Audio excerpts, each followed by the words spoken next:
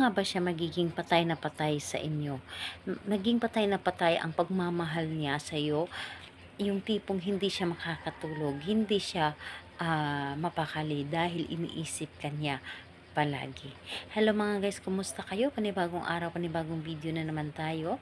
And sa araw na ito, ay isa na namang video ang aking ituturo sa inyo na simpleng gabay o simpleng pamamaraan na makakatulong sa atin. At bago ang lahat, gusto ko lang mag-disclaimer sa mga taong hindi naniniwala at hindi gusto makakagaya nitong video.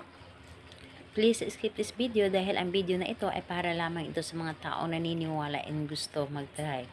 Sa lahat po ng mga nagko-comment dito sa aking video, dito sa loob ng aking channel, mag-ingat sa lahat ng mga nagre-reply sa inyo na dinadala kayo sa kanilang WhatsApp Imo app upang makaiwas po tayo sa scam. Ngayon ituturo ko sa inyo paano nga ba magiging patay na patay ang taong minamahal po ninyo, yung tipong gusto ninyo na kayo lamang ang laging minamahal, kayo lamang ang laging iniisip niya, kayo lamang ang lagi niyang inaalala. So, dito po is kailangan natin ng ating gagamitin. Napakasimple lamang ang ating gagamitin dito.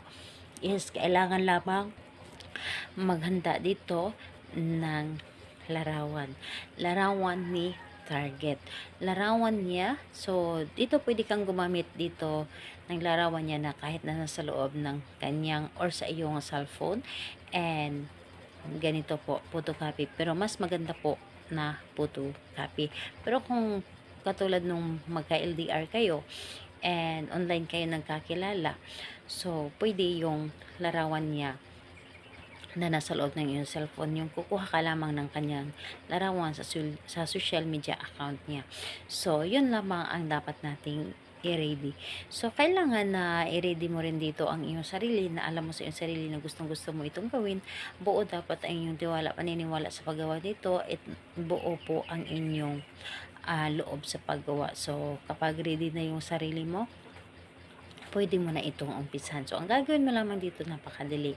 Dito sa larawan niya, titigan mo lamang ito na may buong pagmamahal. Titigan mo, kailangan na ipaparamdam mo dito na kung gaano mo siya kamahal.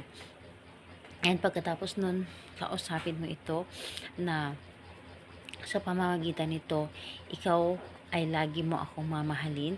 Maging patay na patay yung pagmamahal mo sa akin. Wala kang ibang mamahalin kundi ako lamang, wala kang ibang iisipin kundi ako lamang. Habang buhay mo ako mamahalin at hindi ka matukso sa iba. Kumbaga, sabihin mo dito lahat-lahat ang nais mo, sabihin mo dito lahat kung ano man ang gusto mo. Kailangan na maganda ang intensyon mo at nanggagaling sa iyong puso ang iyong mga sinasabi. And pagkatapos nun, halikan mo ito ng 3 beses at itago mo ito sa ilalim ng inyong unan.